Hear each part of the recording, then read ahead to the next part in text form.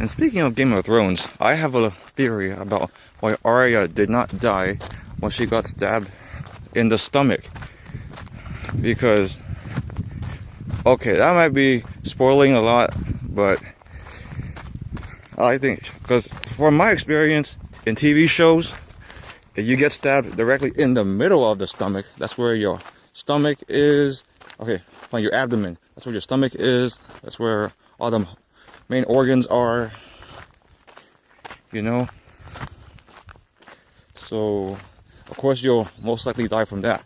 But from what I saw, Arya got stabbed at the side of her abdomen, the torso area. Even though there were 2 or 3 stabs, like, it wasn't super deep. It wasn't like with a really long knife. It was,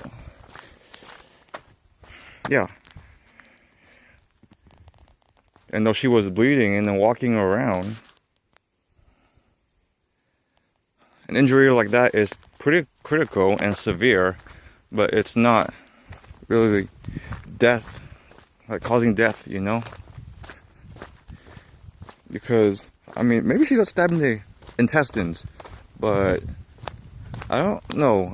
The stomach is probably more important than the intestines, or it seems like large intestines. Or maybe she got stabbed in the, like the mesentery or the greater or lesser omentum, like the fat areas, like the spaces, or just, she got stabbed in like the fascia, you know? Not like the actual organ itself.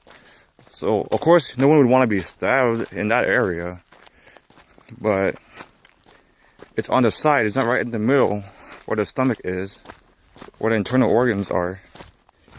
So that makes a little bit of sense. Well, at this point, you're trying to milk as much sense as you can from how a little girl, well, who's really 19 years old, can survive a stabbing in the abdomen area, but how she only had like 1 day to recover, jumps out the window, and then sword fights. That's a whole different story.